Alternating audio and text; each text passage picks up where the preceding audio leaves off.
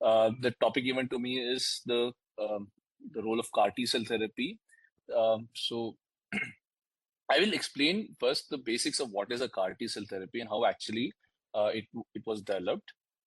So the concept of this CAR T cell therapy actually comes from an understanding of the way the immunity works against the tumor cell. So we know that there are two components. There is a T cell and then there is a B cell. The way the T cells work against the tumor cell is relatively complex. As you can see in this cartoon, for a T cell to actively engage tumor cell and then destroy the tumor cell, there are several steps which have to be, which has to happen, including identification of the antigen using the MHC complex, then the delivery of a second signal, which is a co-stimulated signal.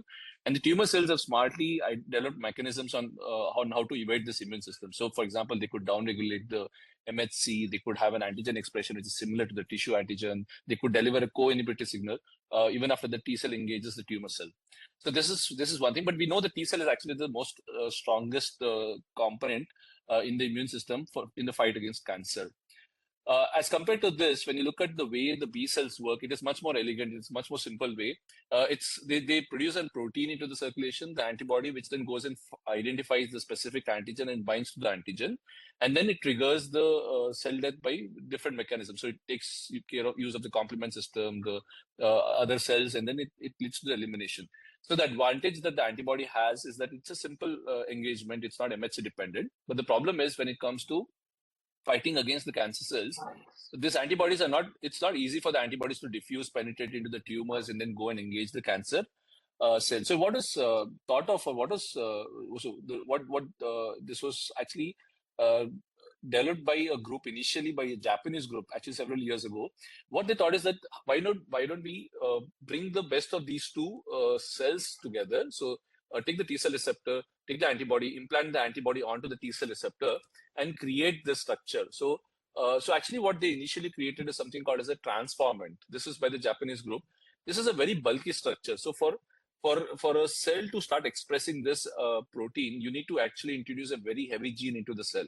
And because of which it is not always successful. So the smaller the gene that you want to introduce during engineering, the higher the chance that the cells will actually express. So that this really did not work out so well until a group in Israel led by Zelig Isher developed these structures, which are actually called T bodies, and they were the closest to what we know now as.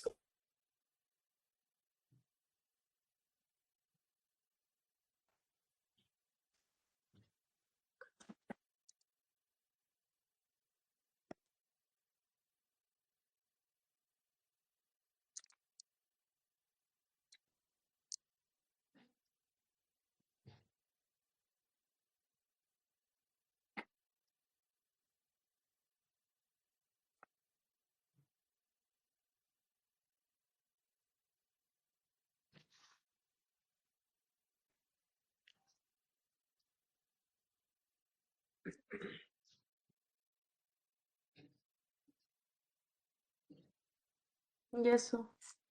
Sorry. Yeah, I think we lost the connection screen. was disrupted. But yes, sir. Sorry. It's okay. Okay. Once again. OTPPGP 26, Yes.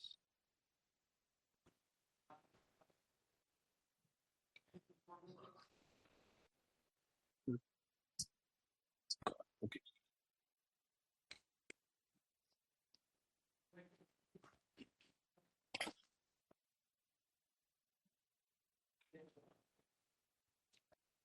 The recent files. There. So I just. I can see on the top, yeah.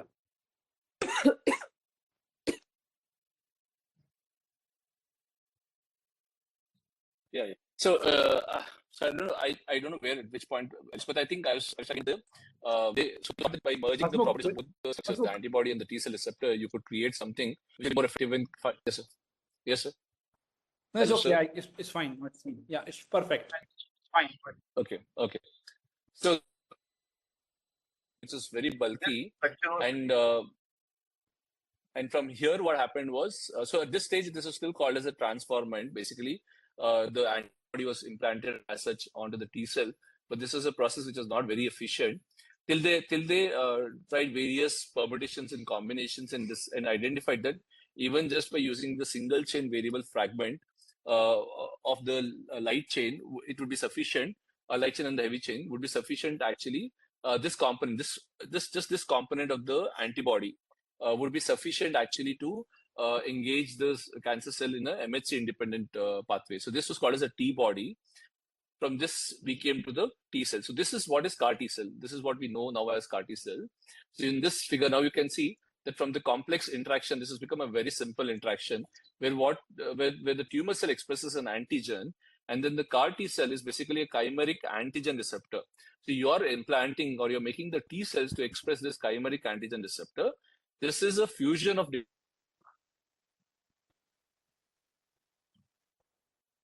variable fragment it is targeted towards tumor antigen of interest. Now, because it's an antibody here and that's engaging, so there's no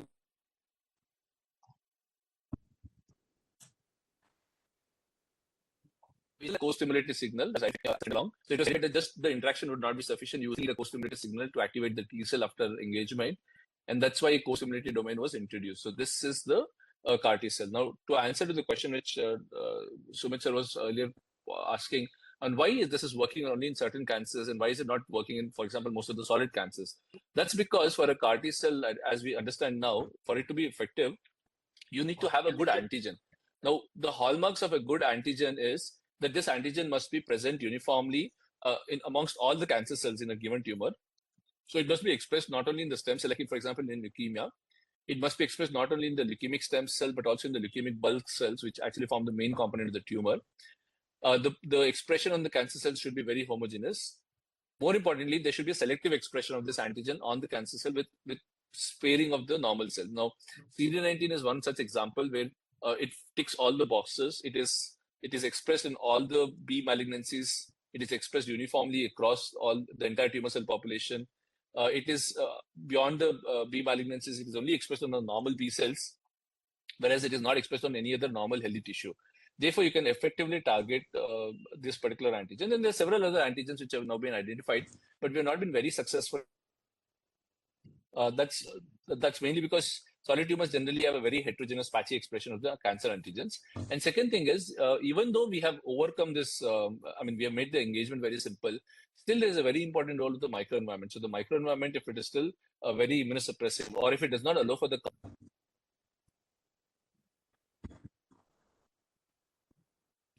which is a very common problem with solid tumors, it becomes very this. So that's the reason.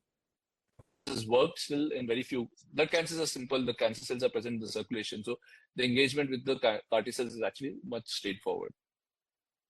So most of the research has happened with the second generation CAR T cell therapy, and there's some research now happening with the third generation CAR T cell therapy. But the basic difference is all of them will have the antibody fragment. Where it differs is the way the other structures are, other components are. So in the first generation CAR T cells, for example, there was no co-stimulatory domain, but then it was identified that this is not sufficient. The CAR T cells will not proliferate. So a co-stimulatory domain was introduced. And you may recollect from your immunology classes, the important co-stimulatory. So the second generation introduced one of them. Both of them have their unique properties. A CD28 co-stimulated domain leads to a faster proliferation, but the persistence is not very good. A 4-1BB co-stimulated domain will lead to a slow proliferation, but it leads to persistence. So it has its own advantages as well as disadvantages. Okay. The third generation CAR T cells actually has both the co-stimulated domain. So what people thought is that by introducing both the co-stimulated domain, you'll get the best of both the co-stimulated domains.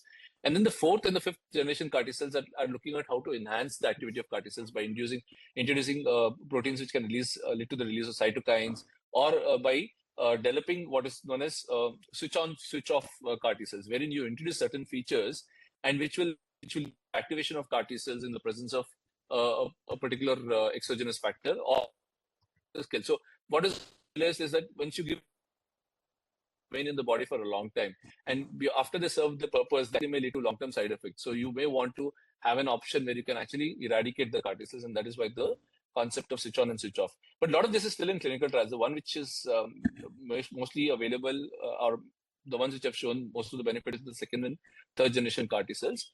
The one which has been developed in India is also right. So this is what exactly happens to the patient. So the process or the journey of a patient is like this. Once you have a patient with a blood cancer, for example, where we use it most often, what we do is first we do a apheresis and we collect the product, which is the peripheral blood mononuclear cell. So we do not give any GCSF here, unlike in a transplant. You just do an unstimulated apheresis collection. So you have a product which is rich in PBMCs, the peripheral blood mononuclear cells. You then ship it to the lab, wherein once the product is sent to the lab, what they do is they first separate out the T cells. And this is through different mechanisms, but one of the commonest mechanism is using CD3 magnetic beads. So you collect the T cells, and then once the T cells are separated and you activate them and you allow them to expand, then you need to do the genetic manipulation. So for you to make the T cells, I mean, for you to make them express a different protein, different ways of doing that. The most popular way is load this gene onto a vector, a viral vector. So this could be either a lentiviral vector or a retroviral vector. And now there are a lot of non-viral mechanisms as well. Once this goes into the gene, it will integrate into the gene and then it will lead to the expression of the protein on the cell surface. So that's where the chimeric antigen receptor comes in. And then you allow cells to expand in vitro in culture till it reaches a certain dose. Typically, this process takes about 2 to 3 weeks. And once you've reached the dose, you then do a rigorous quality control. You do different assays where you demonstrate that these CAR T cells are functionally active. So you co-culture them with the B cells and demonstrate that they are killing the B cells. You have to look at the sterility, you have to look at the potency, identity. So there's a whole bunch of tests that you need to do, and then you release the product. Once the product is released, what we do is then we give conditioning chemotherapy to the patient. This is generally 3 days of fludarabine and cyclophosphamide with an idea to reduce the endogenous T cells, especially the regulatory or the tumor suppressor T cells. And then once that is done,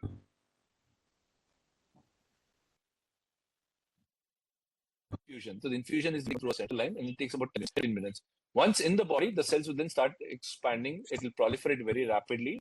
And then what they will do is, as you can see in this cartoon, the CAR T cells would then migrate to the tumor site. The CAR T cell then would identify the tumor cell and engage the tumor cell, leading to cell kill, and release of various antigens. Now there's an augmentation of the mechanism. What happens is once the neoantigens are released, even the non-CAR T cells get primed and activated. So there's an amplification of the immune response. And this is how ultimately it kills the cancer. Why there's a lot of talk, a lot of fascination and buzz around the CAR T cells is basically because of what it has been able to do in the field, especially in relapsed refractory blood cancers, be it acute lymphoblastic leukemia, be it lymphomas. Now, what I'm showing to you are the survival graphs. And for you to appreciate the meaning of this, you have to remember that once a patient of ALL or lymphoma fails on frontline chemotherapy, which are the standard treatments today, the survival is very dismal. In most instances, the average survival is less than 6 months. So in these populations, now you see the survival graphs here are from the trials on lymphoma, high-grade lymphoma. You see the survival outcome change from an average survival of 6 months with hardly any long-term survivors. You see here 40% of the patients are alive even after 2 years of follow-up. And similar is the story with acute lymphoblastic leukemia. At least about 50% of the patients who have failed the conventional therapies, and many of them have actually even failed post bone marrow transplant. When given CAR T cell therapy, we're still alive on more than 3 years of follow-up. Subsequently, there is a lot of research even in the second line setting. So in the second line setting, a study was done where they compared CAR T cell therapy to the standard salvage chemotherapy and transplant, and you can see this wide difference in the outcomes, where there was a doubling in the outcomes with the use of CAR T cell therapy. And now there's a lot of active research even in the frontline setting, including our center, where we're working in the ALL, and we are running a trial right now where we're using CAR T cell therapy in the frontline setting. So what conventionally is an 8-month therapy followed by 2 years of maintenance is now being cut short to 2 months of chemotherapy followed by 1 CAR T cell therapy infusion. So you finish your entire therapy in 3 months.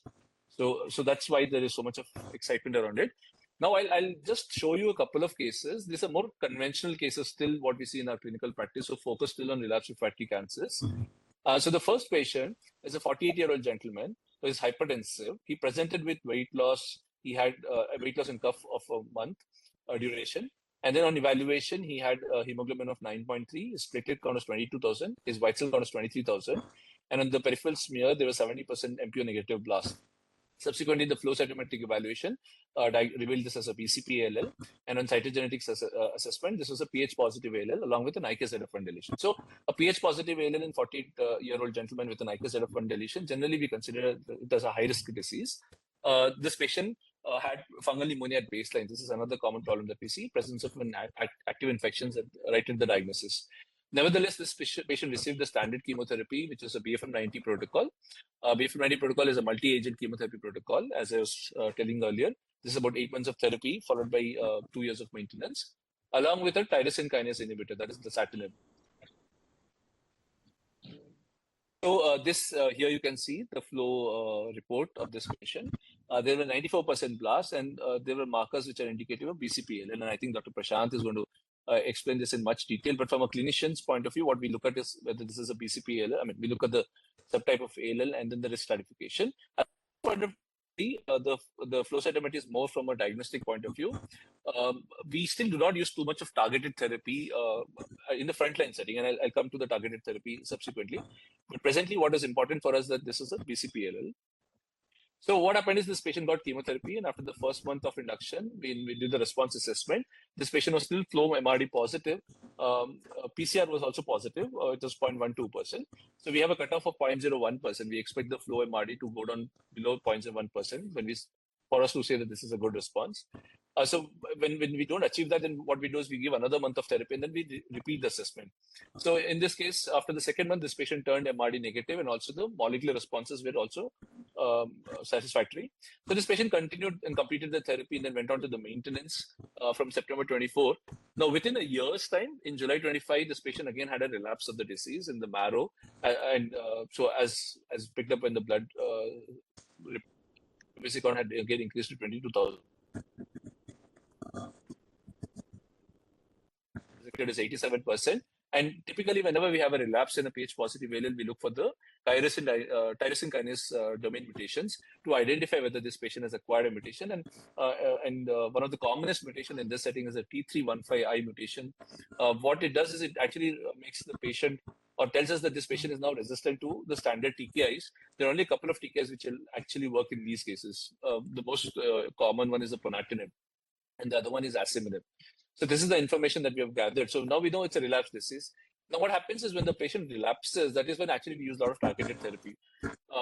So one of the two most important targeted therapies that we have in the relapse setting is one which is targeted towards CD22. So we look at the CD22 expression. So there's a molecule called inotuzumab. This is an antibody drug conjugate which specifically targets CD22. So it's very important for us to look at these reports very carefully now. And we need an expression of at least 20% for us to use inotuzumab. And then the second important one is CD19. Because the CAR T cell therapy that we use is a CD19 directed CAR T cell therapy, we always look for the expression of CD19. Now, having said that, it's not that we would hold back on CD19 CAR T cell therapy based upon the expression. What we generally want is that there is expression of the CD19. This percentage is, presently we do not have a cutoff as such. We are only looking for the expression of CD19. We are worried when we see that there's a significant clone of CD19 negative disease, because then we are worried that the CAR T cell therapy may not work as well. So this is the two important pieces of information that we collect from the report. And since we knew that this is a pH positive ALL, we knew that this is CD22 expressing, we knew that this is CD19 expressing ALL.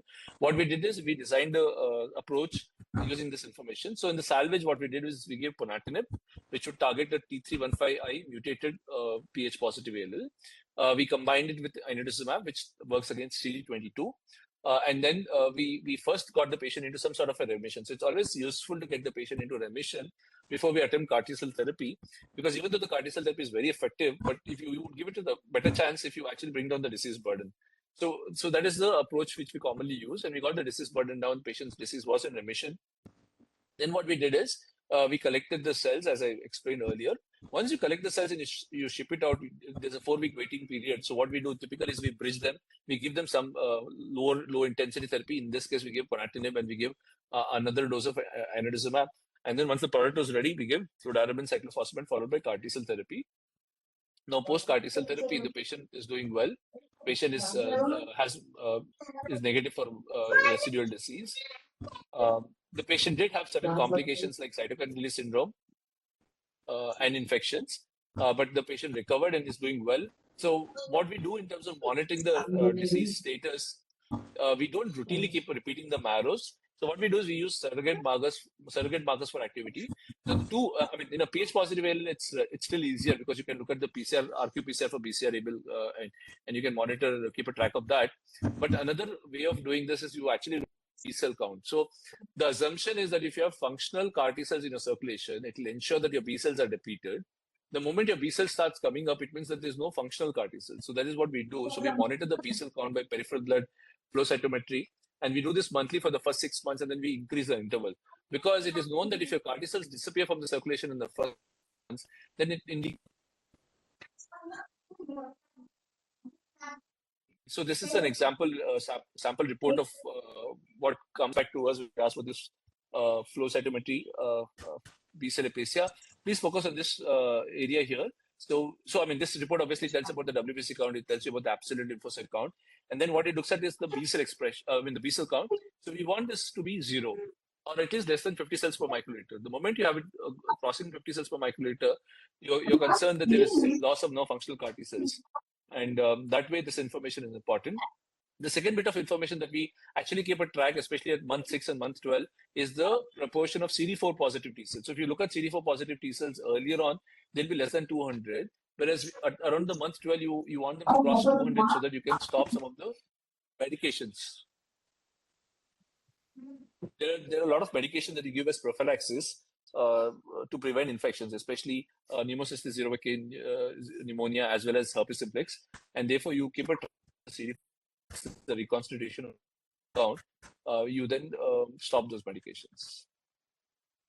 So this is a classical case of an ALL, and this second patient is a 46-year-old lady. Sorry, if there's any question at this point of time, I can stop and I can take some questions before I go to the next case.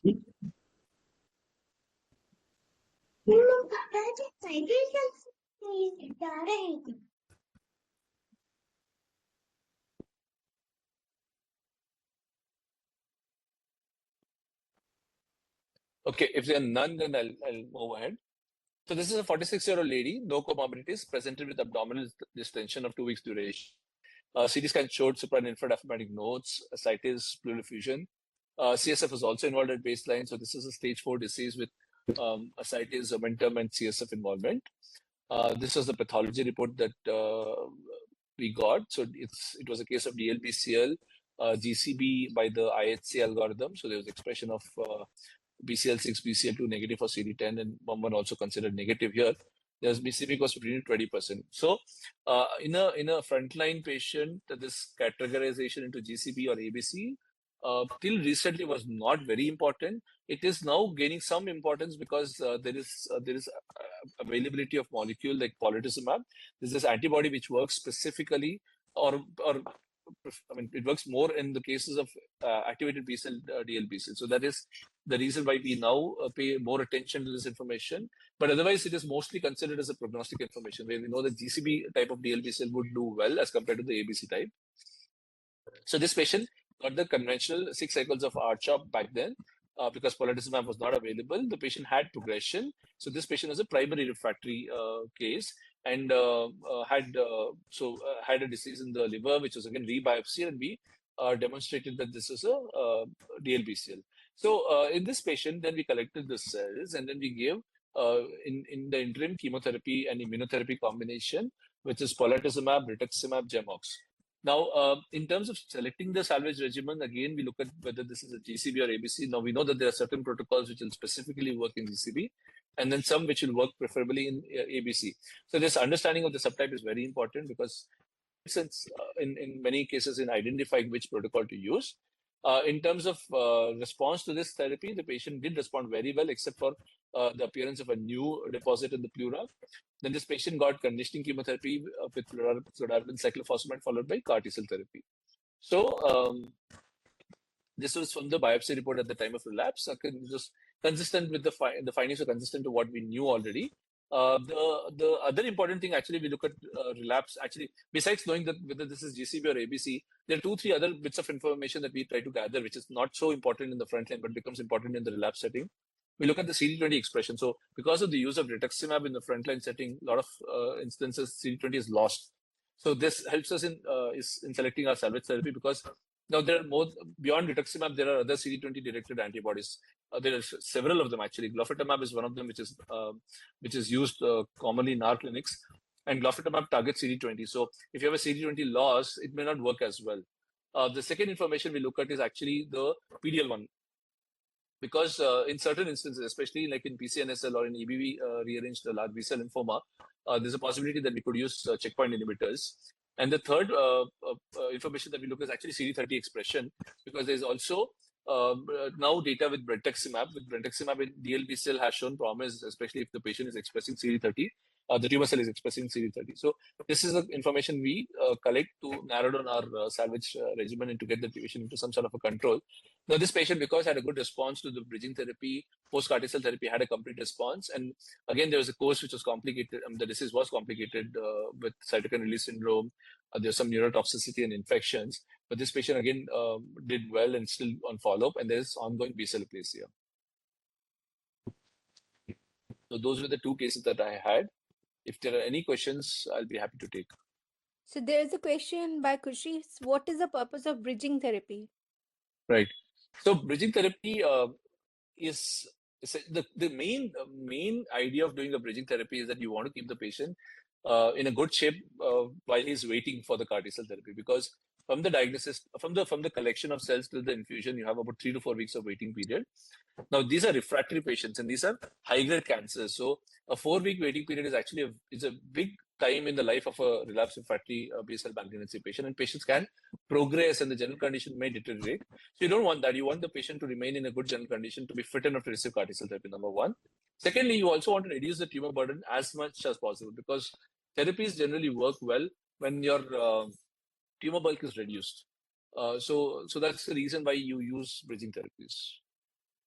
There's another question. How long the B-cell aplasia is expected and how to monitor B-cell aplasia? Yeah, I think Dr. Prashant will probably be the better person to explain this. But simple answer is a flow cytometry. So you do a flow cytometry to look at the B-cell count. B-cell aplasia, the duration of B-cell aplasia is variable. Now you could have patients who have an ongoing. So I have a patient who's more than 4 years of follow-up and he still has B-cell aplasia. But in most patients, you expect the B-cell recovery to happen beyond a year, beyond 12 months. For relatively longer duration. And I think that was the question, right? Was there anything else to the question? How to monitor B-cell aplasia, sir? The flow cytometry, yeah. So it's peripheral. And sir, please briefly explain the checkpoint inhibitors. Okay, I think so. The checkpoint inhibitors, basically what they do is you have, as I explained in the interaction of T cells with the tumor cell, normally when the T cell under general conditions, what happens is that the T cell, when it engages the tumor cell, the tumor cell has developed mechanisms to overcome. So actually what should happen, ideally what should happen is that the T cell should engage the tumor cell and it should be able to kill the tumor cell. But it does not happen because one of the ways the tumor cell is able to overcome this is because it delivers a co-inhibitor signal. So that is because it expresses PD1 ligands on the surface of the tumor cell, which then activates the T cell, which inhibits the T cell. So the T cell actually gets a signal that you should not kill the tumor cell. So this checkpoint inhibitors, most notably pembrolizumab and nivolumab, what they do is they actually inhibit the PDL1 or the PD1 inhibitors. So they prevent this inhibitor signal to be delivered to the T cell, and therefore the T cell is able to then engage and kill the cancer cell. Thank you, sir. In fact, Dr. Trupti says she has also included checkpoint inhibitors, so we will discuss it later. So if there are not any more questions, we can proceed further. Students, please. I would like to invite Dr. Prashant sir. Prashant sir. Hello, Prashant sir.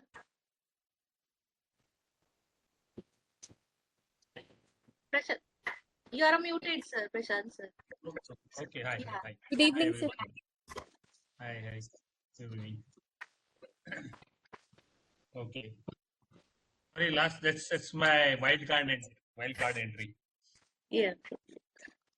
So, shall I? Okay. So Yeah. I have a presentation to show how the role of laboratory in CAR-T therapy. So what I am going to do is it's a big presentation. So a big presentation will take 40 minutes, but because I want to restrict it to 5-10 minutes, so what I'll do is highlight and we'll go through and discuss only important slides. Okay.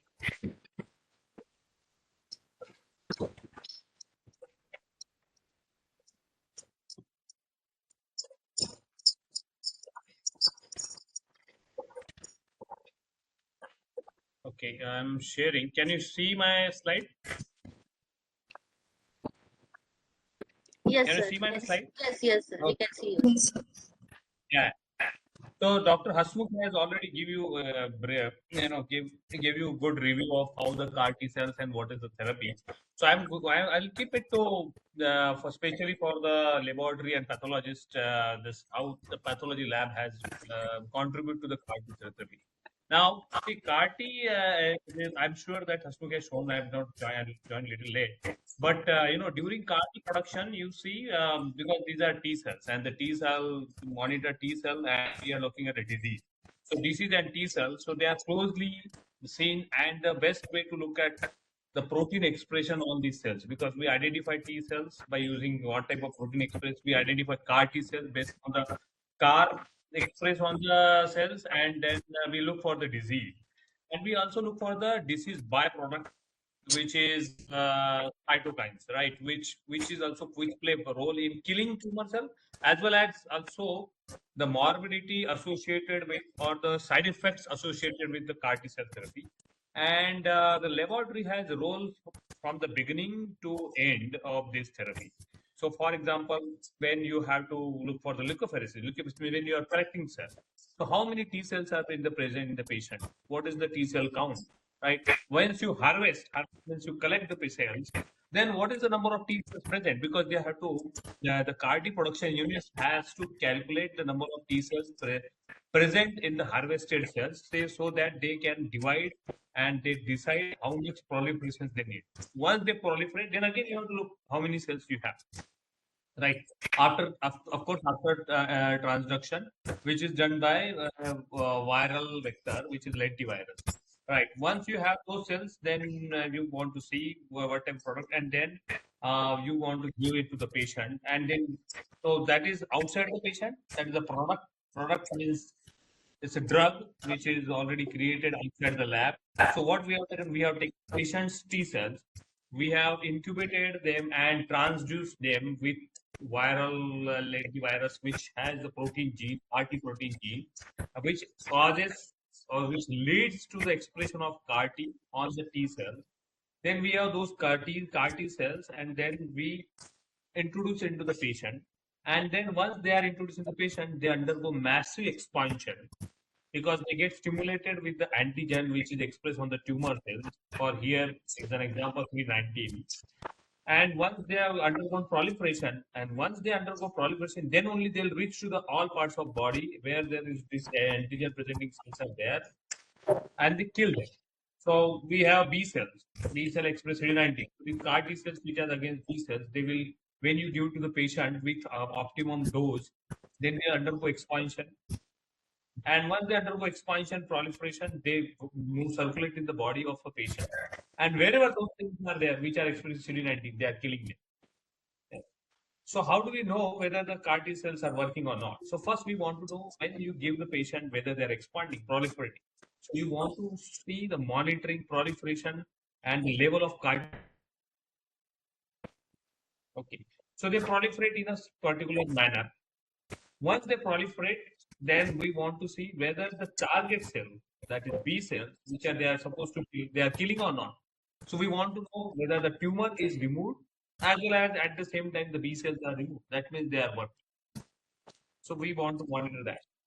The third point we want to monitor is what is the side effect of this cell? Because when the CAR T cells are activated T cells, they kill the tumor cells by releasing cytokines. But the cytokines are also can affect, cause the inflammation and can affect other body tissue.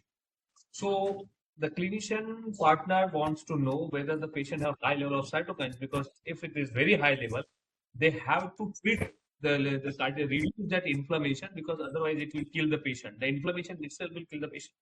So they have to know the cytokines level. And then we want to see whether these CAR T cells are there, still there in the body. And how do you know they're still functional and they're in the body? The CAR T cells, once they are there, they will, whenever there are B cells coming up, they will kill them. So by knowing that B cells are below certain level, that means CAR T cells are working. If the B cells are increasing, that means the CAR T cells are not working. So that is called as a B cell recovery. So we want to know whether the B cell recovery. So that means we want to check the B cells. We want to check level of CAR T cells present in the patient blood. Then we want to know where the disease status, whether the disease is removed or not. Then we want to know what is the level of cytokines present in the patient, whether either by flow cytometry or by ELISA, is different method. And then we want to know if the B cells are recovering or not. So these four major points a laboratory has to do when the patient, because we are closely monitoring the patient here. So CAR T cell therapy is you have to very closely, and laboratory has a major role in monitoring of this patient. Otherwise, it is very difficult to monitor the patient whether the patient has inflammation because of CAR T cell or whether the patient has spread infection. We don't know, right? So that's the role of the CAR T. I just show you.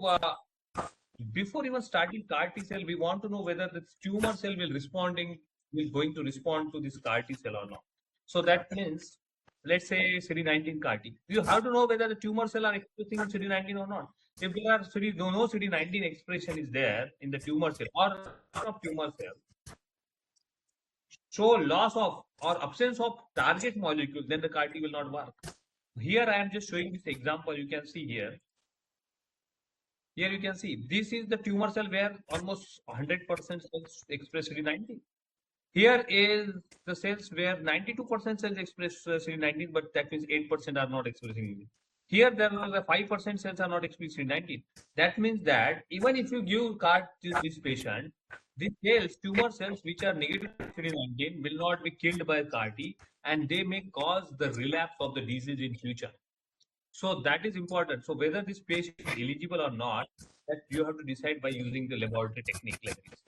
This is another example. Let's say anti-BCMA. BCMA is a molecule which is expressed in plasma cell in multiple myeloma. There is another CAR T therapy against plasma cell against this antigen called the BCMA or B cell activation molecule or membrane antigen. B cell activation B cell maturation antigen basically. It causes proliferation and maturation. It's called the B cell maturation antigen. We want to see if the plasma cell expressing BCMA or not. See here you can see it is expressing almost all cells. So that is another way. So if you want any CAR T, you want to see whether the target molecule is present on the tumor cell, either by flow or by IHC. Okay. Then this is another molecule, GPRC5D, which is also expressed by myeloma. I'm just showing you an example. Then, as Dr. Hassan has already mentioned, we have to monitor the level of CAR T cells. So you can look at the T cell count. So pre-CAR T, during early CAR T cells. So I'll just show you what happens. So this is an example of flow cytometry, where you can count the number of T cells present in the patient sample.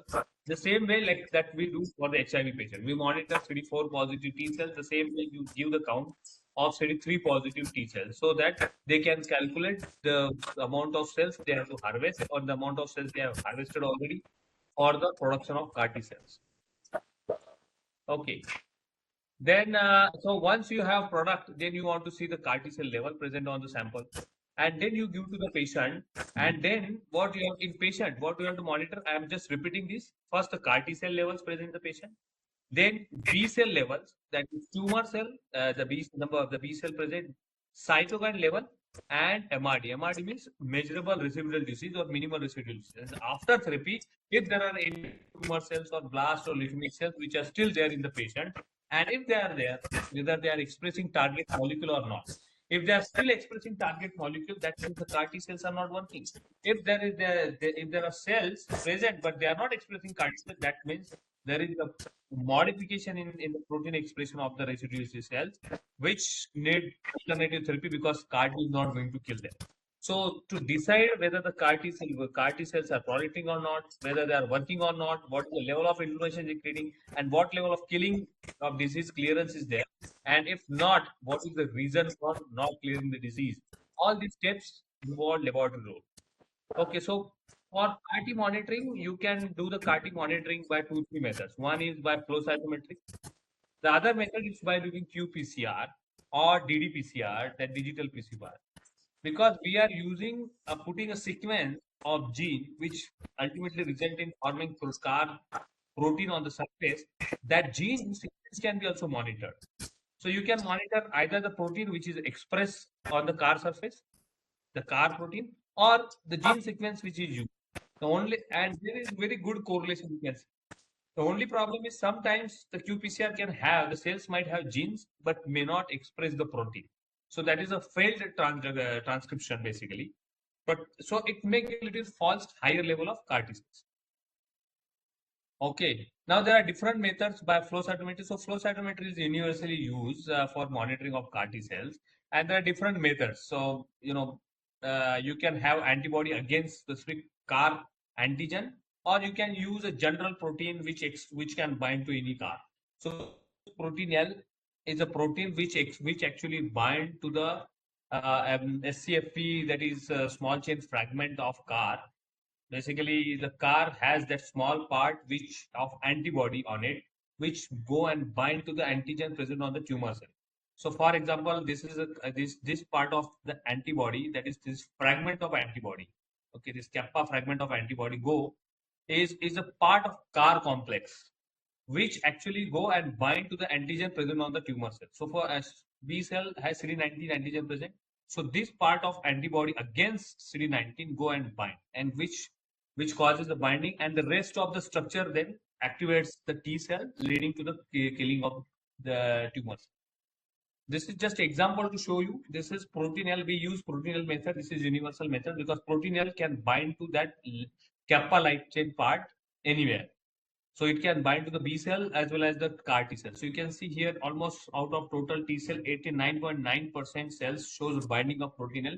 That means these T cells, these CD3 positive T cells, has CAR protein expressed on them, which is, it can be detected by the protein L.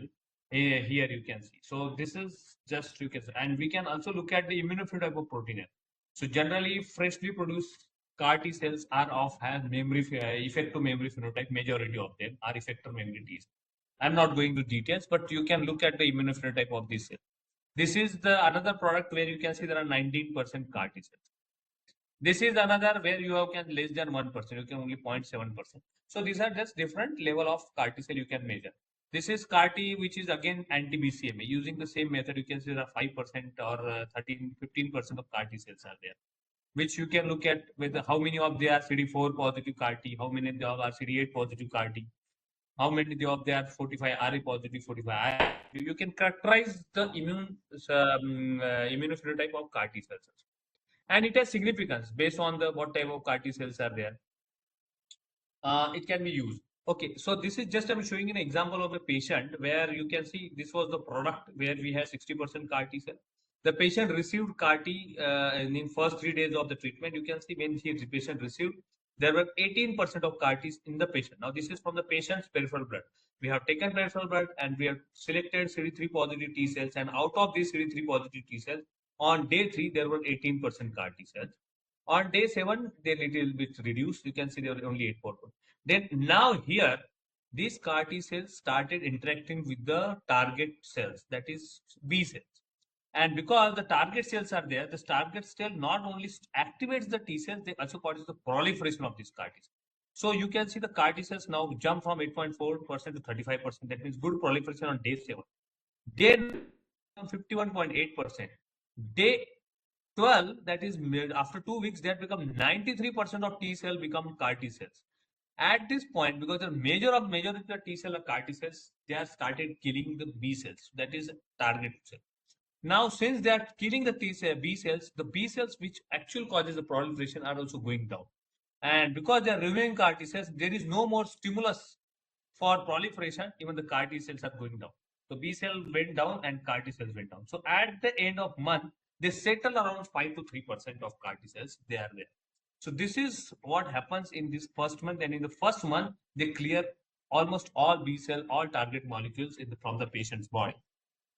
So this is the way, this way. So we can monitor whether and this is the routinely in any patient, any CAR T cell. They follow the same pattern. Or after 2 weeks, they have maximum number of CAR T cells, and at the end of month, they have again retained minimum number of CAR T cells, which will be there. The moment the B cells start coming in the patient, they will undergo proliferation, they will kill. But at this point, majority of the tumor cell is already removed on almost all tumor cells. So this is the pattern they usually follow. Okay, so there is significance of the immune subset also. I am not going. Now B cell monitoring. There is a definition which is given by the B cell for the B cell, where it is called as a B cell cytopenia or B cell recovery. So if in peripheral blood, if you have more than 0.1% of in bone marrow, if you have more than 0.1% of B cell, that means B cell recovery is happening. In peripheral blood, if you have more than 100 B cells per microliter, more than 100 B cells per microliter of sample, that means B cell recovery is happening. So B cell recovery is the indicator of that the CAR T cell is getting exhausted. That means they are not as active as they were. The moment the patient's B cell recovery is under this level, that means the CAR T cells are active. So the B cell recovery is not in favor of outcome of CAR T response. Okay, so the patient is maintaining no B cell recovery. That is a good cell, good indication that the patient's CAR T cells are maintained. Only side effect of this that because the patient B cells are not there, patient will have low amount of immunoglobulin levels because B cells are the producing B cell produce the immunoglobulin level, which is required for our immunity. So the patient need to give the externally the immunoglobulin level to maintain their immune status so that the patient will not develop infection. So that is the thing. So usually the B cell cytopenia exists from up to the 1 year. After 1 year, start recovering. Now it varies from patient to some patient can recover. B cell recovery can happen after 6 months. Some patient even after 2 years. So but B cell recovery is not in favor of CAR T cell response. Remember. So this is just I'll show you that this here you can see at day 7 there is no B cells at all. Day 56 there are 31% B cells. That means the B cell has recovered. Just to show you an example. Okay, so you can see you can have different patient show the different B cell recovery based on the these are the different patient data. So you can see here when this patient received CAR T, only these 4 patients showed the B cell recovery. Some patients showed quick B cell recovery. Some patients showed later on. Some patients did not show B cell recovery at all. So that is a good thing. Okay. These are just adult. You can see the DLBCL patient where you have these 11 patient data where you can see that some patients started recovery at day 120 only. So and rest of the patient did not show any recovery. So these kind of things are important to see the B cell recovery. And because I told you that B cell recovery is inversely proportional with the response. So you can see the patient who has got B cell recovered within 1 year of CAR T cell therapy, they showed higher rate of relapse. That means their CAR T was not working. Now the next thing is whether the cytokine levels. So cytokine levels can be monitored by using flow cytometry as well as by ELISA, and third is the Luminex platform. There are 3 different because these CAR T cells, when they interact with the B cell, they release a lot of cytokines like interferon gamma, tissue necrosis factor alpha. You know that you have read in general pathology. Those are interleukin 6, which we have heard many during the COVID. So it causes inflammation and it also causes the killing. So, but if their levels are very high and they're uncontrolled produced, they can affect and damage other normal tissue, which can also kill the patient. So you have to monitor the levels, and if the levels are very high, you have to give targeted therapy targeting interleukin 6 or steroids. So usually steroid is preferred. we use cytokine assay. This by flow cytometry, we use cytometry bead array. There are multiple beads which has this cytokine proteins available on them, and you put antibody from attached to them, and you can measure them. So this is an example. You can see the interleukin 6 in this patient was 2700 level. Normally up to 12 picogram per ml, but here 2000. That means markedly increased. This patient has severe inflammatory reaction called the cytokine release syndrome. Then coming to the MRD. So again, MRD you have to monitor because the MRD is little tricky. Usually we use by flow cytometry because it shows if the tumor cells is still expressed the target molecule, like for example CD19, or it is absent. Because the tumor cells also adapt, and what they do, they stop expressing target molecules. Here in BLL CD19, they will not express only. So the CAR T cell will not engage. So their scheme or their to survive, their strategy to survive the CAR T attack. So you have to develop an assay where you can identify the CAR T cells which is negative for CD19 or any target molecule in BCMA negative in myeloma. So I will not go into this. This is the CAR T level. Okay.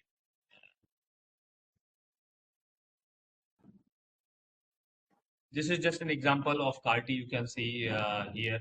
In these tumor cells are there, MRD was positive, red dots shows the MRD, which is 10 positive, 34 positive, 304 positive. You can see that 22 positive, 24, but 19 is negative. That means there is a residual disease still there, but the 19 is not expressed. So CAR T cell may not be the anti-CD19 CAR T will not be effective in this cell because there is no antigen to attack. Okay, so and also the another role of lab is to look at immune reconstitution because post CAR T it is immunotherapy, and immunotherapy is like a transplant therapy, although not exactly, but still it can change the patient immune status. And immune reconstitution is also important to see the outcome. So there are some studies which shows that the immune cell recovery help in predicting the patient response. So so to summarize, the laboratory has role at the time of choosing the patient, which patient is eligible for the particular CAR T therapy. Then also for the collecting of the T cells from the patient. Then also the production of the CAR T cells, and then monitor the CAR T cell in patient whether they're proliferating or not.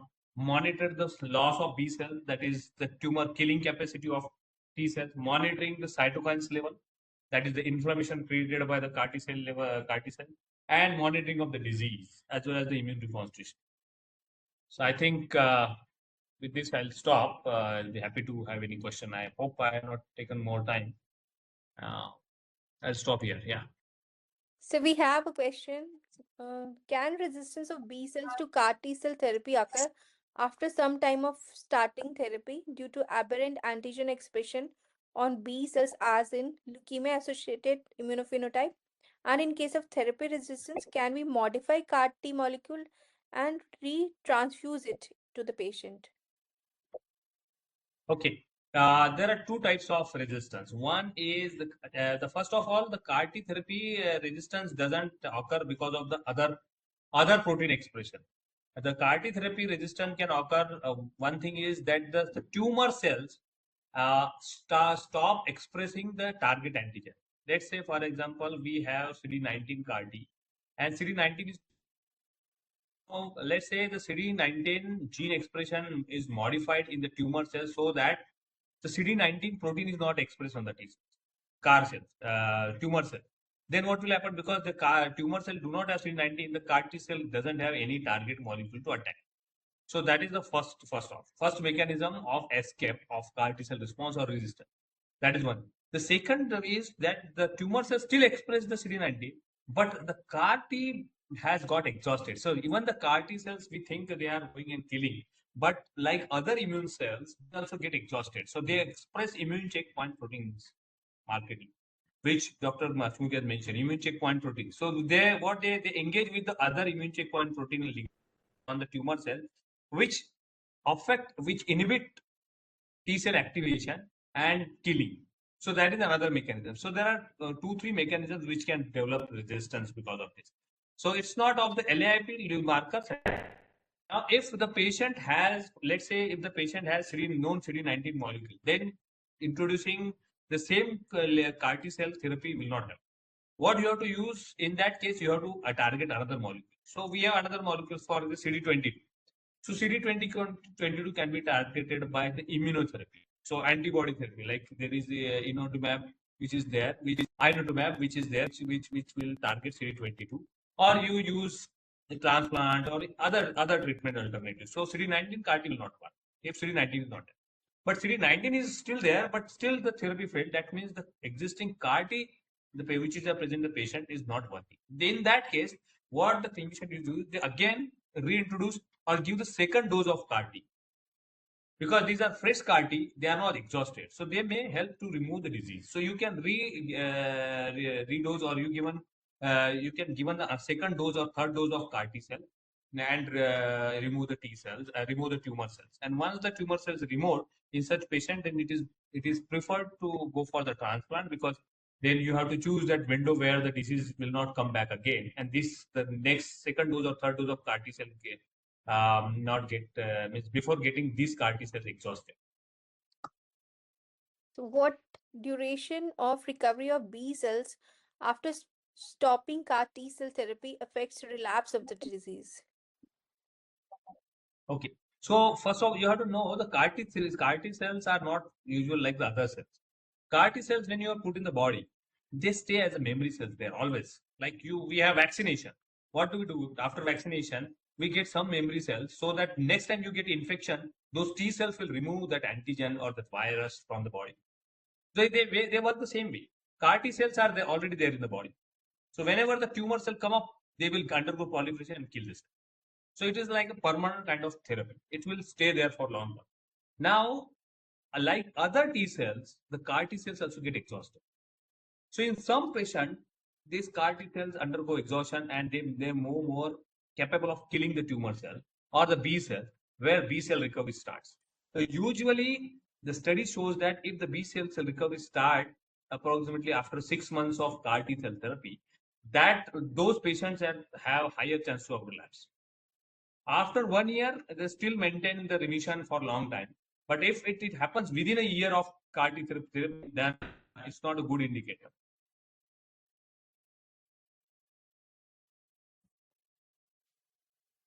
Any more questions, students?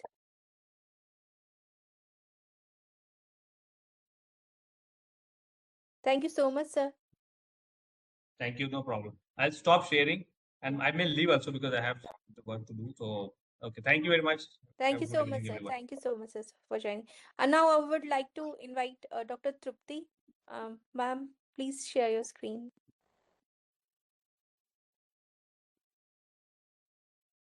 Hi, Dr. Ritika. I was thinking like mine will be little, I have around 140, 150 slides. So can you just answer, because I think it will be too lengthy now for the third talk. I mean, I don't know, students also will. So what is it? You tell me. Should I continue or we can take it later? You can continue, ma'am. You can continue. I can continue? Yeah. Okay, fine. Chalo, I will share then.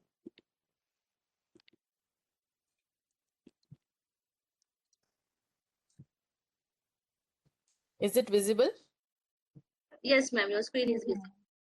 Okay. So now moving from the leukemias and CAR T cell, so we will have a look on the solid tumor. So basically, so what I had thought is I will go through the principles of anti-cancer treatment and of immunotherapy.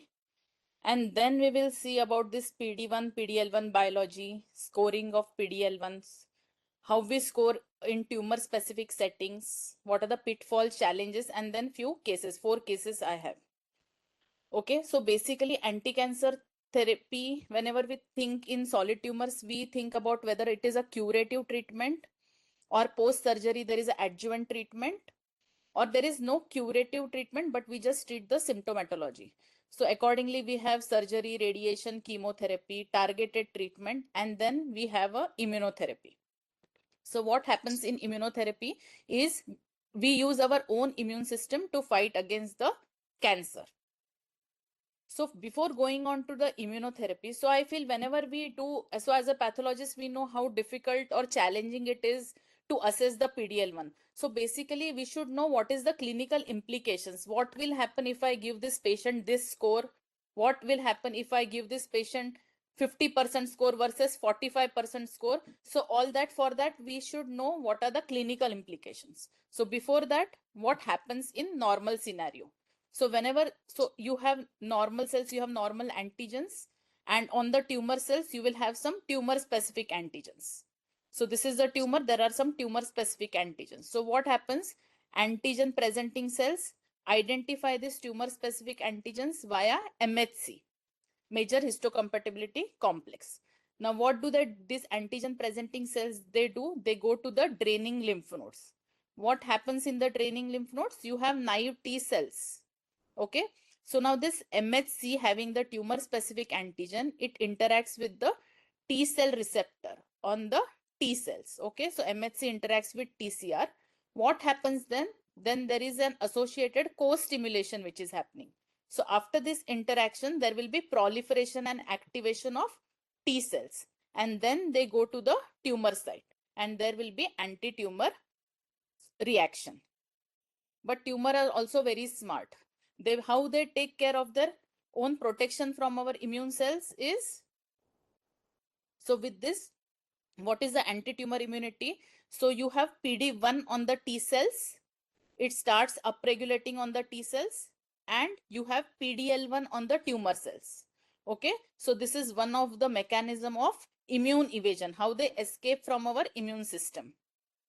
Another thing, what happens is, so this is the co-stimulation. After TCR and MHC bind, there is a co-stimulation, that is B7 on the antigen presenting interacts with CD28, and that is how activation of T cell happens.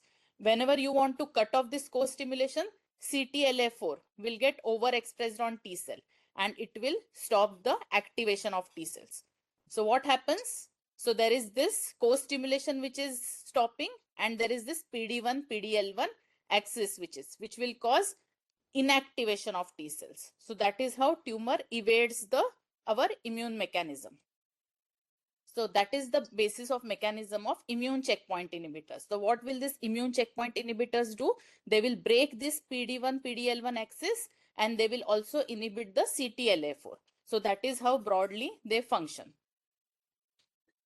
So these immune checkpoint inhibitors have now become a standard of care of oncology. So in 2013, there was this published in Nature like a immunotherapy paradigm shift in oncology. And after that, you will see there was tsunami of this immunotherapy across different tumors, some getting FDA approval in first line as in lung, but across different tumors. It was not just one or two tumors. You can say even in melanomas, Merkel cell tumors, cervical cancer, gastric cancer, everywhere it was shown to show tumor response. Okay, isn't it very good? But what is the glitch here is there are many challenges and unresolved issues. So how do we identify which patient benefits maximum? Because we all know it is a very expensive treatment. So immune checkpoint therapy is very expensive. It goes on lakhs per month. Okay. So how do we identify which patients, or do we give it to every other patient? No. We have to select some patients and there will be biomarkers for this patient selections. Secondly, there will be a lot of tumor heterogeneity.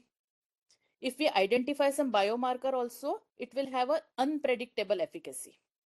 There will be treatment resistance. So there are all these issues. So what is very important? What are the predictive biomarkers to identify who will respond best to the immune checkpoint inhibitors? So we know as a pathologist, we see there are tumor infiltrating lymphocytes. In TNBCs, we see there are dense TILs. We always report, but we still don't know whether it will affect the immune checkpoint inhibitor response or not. Of all the things in routine practice, the core biomarkers remains PDL1, tumor mutation burden, and MSI-MMR. You will see across many solid tumors, there will be request for these biomarkers. Of this, what is the most doable is the PDL1 testing. So we'll focus on PDL1 testing. So what are the issues with PDL1? In pathology, we do many IHCs, right? This is also IHC based test. So what are the issues with PDL1 testing is that you have different assays. We'll go through it in details. you have different platforms. Then each one has its own scoring methodology. You will have different controls for assays. It is heavily dependent on the pre-analytical features. Which sample you will process for PDL1? What if it is 1 year old sample? What is the result if it is a decal specimen? What is it if it is cytology? So there are many pre-analytical things to be considered. Another thing, the staining is always little granular. So we always wonder, and it is not very crisp at times. Plus, there will be a reproducibility issue. What score I give may not be the same as what the other person. There is a lot of inter-observer variability. So reproducibility is also an issue. So these are various concerns regarding PDL1 testing. Okay. So we will see what are the different clones which are available. How do we approach PDL1 testing and what are the different PDL1 scores? Okay, coming to the clones, 4 main antibodies are there.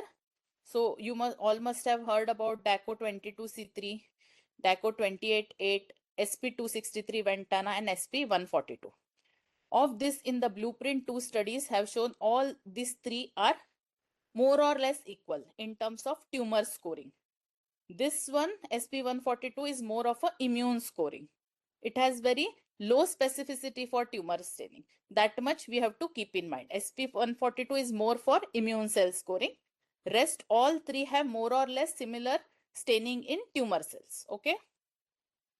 Then clones are associated with certain. So in context of PDL1, you always must have come across these words like companion diagnostic assays. So what do you mean by companion diagnostic assays? Is for a particular clone, a particular platform, and a particular drug in a proper tumor setting. So that is how all the trials were designed. And what does it show? That this is that essential test for this drug to predict response. Okay, so that is the meaning of companion diagnostic.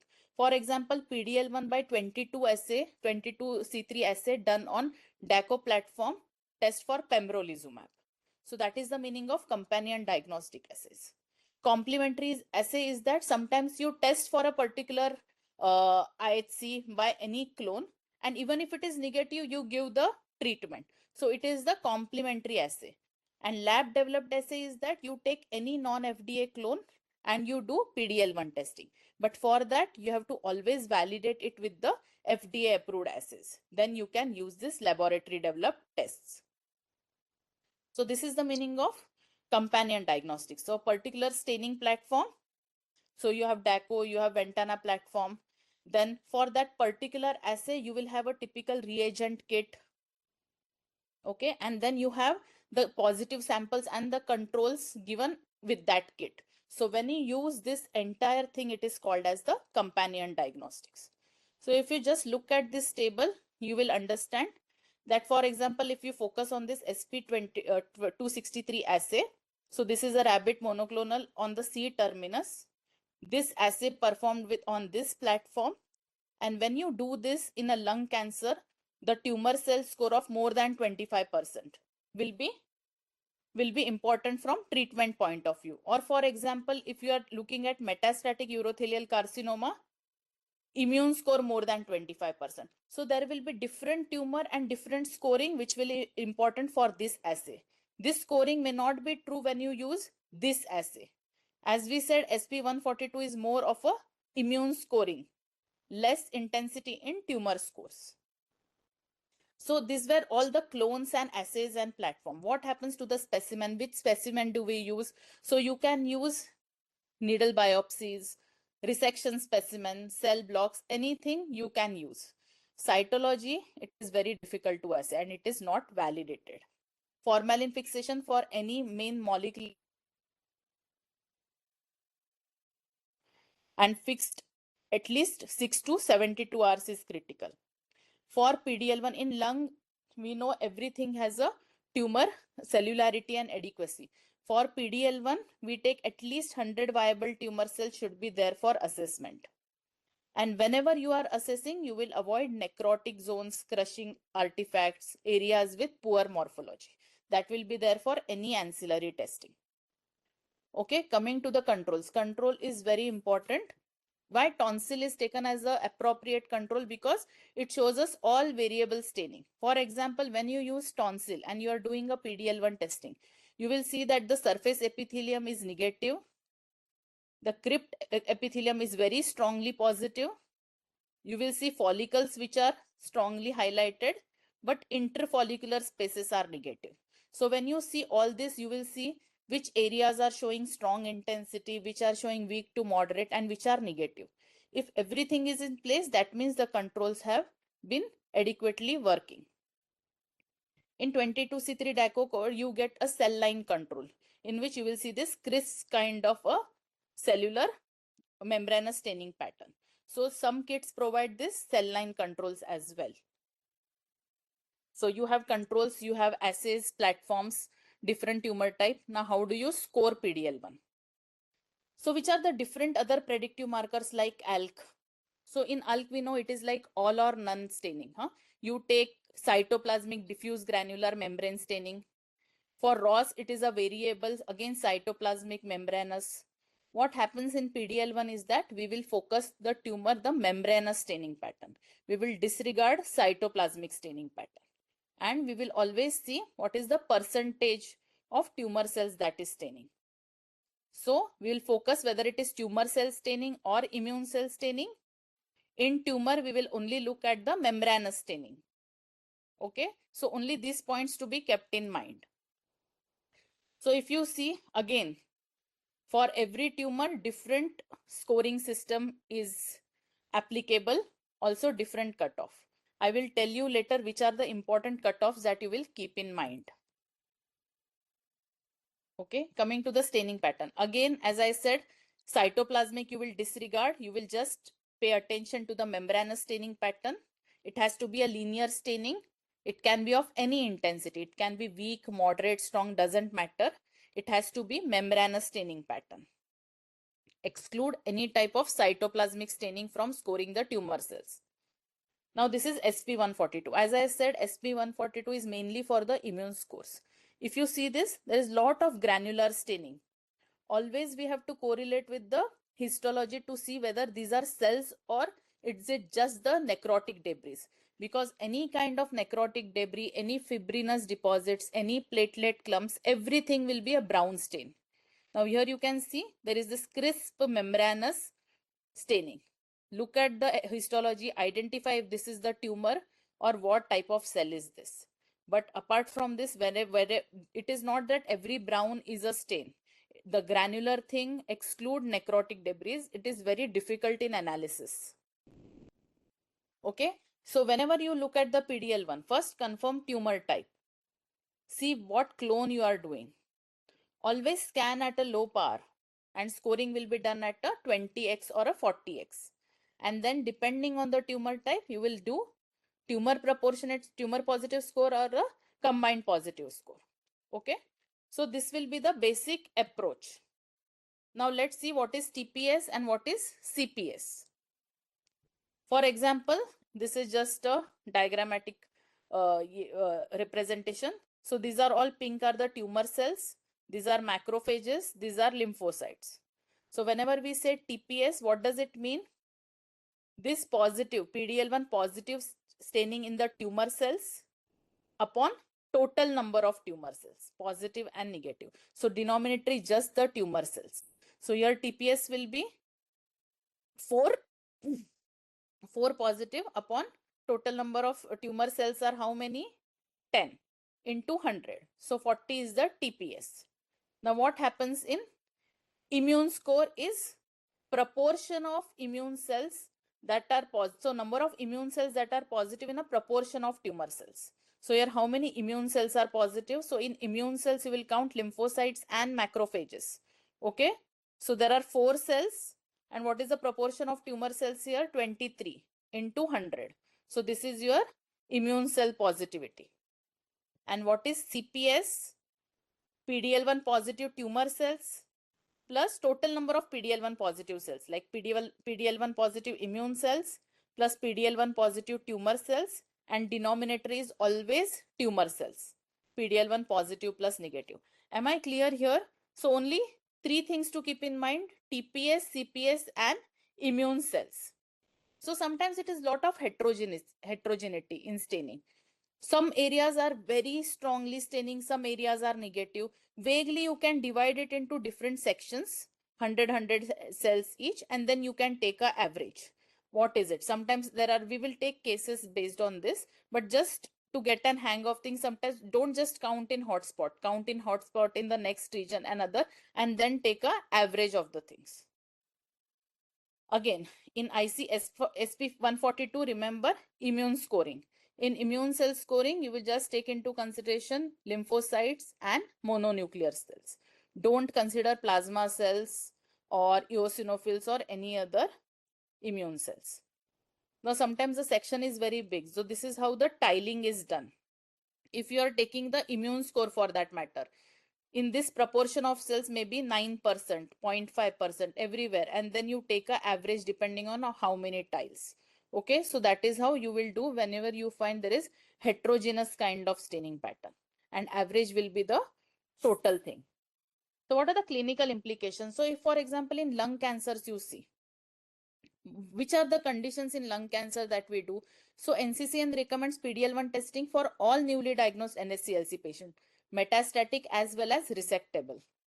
It should be done reflexly on any diagnostic tissue, and it is done before the initiation. So it is that important that any diagnostic malignancy sample has to go for PD-L1 testing. So here you can see in metastatic setting, resectable setting, everywhere PD-L1 testing is done. Okay. Now let's take an example of a lung tumor. How do we assess? So we know this is a lung tumor, and in lung, what do we assess? We assess the tumor TPS. So this is the tumor, and here is all the brown staining. Whenever you see brown staining, go on high power and see where exactly are you seeing the brown staining. Compare it with the histomorphology. So here we see nearly all the cells are positive. So in NSCLC, we will just look into take into consideration TPS. And what is TPS? PD-L1 positive on the tumor cells upon total number of tumor cells. In lung or in any other thing, less than 1% is negative. So what does that mean? Anything more than 1% is positive for PD-L1. Okay.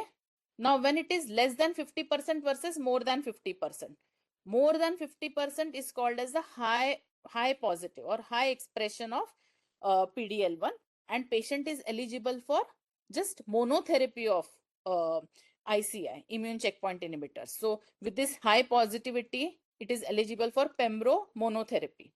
So more than 1% is positive, more than 50% is labeled as high positive.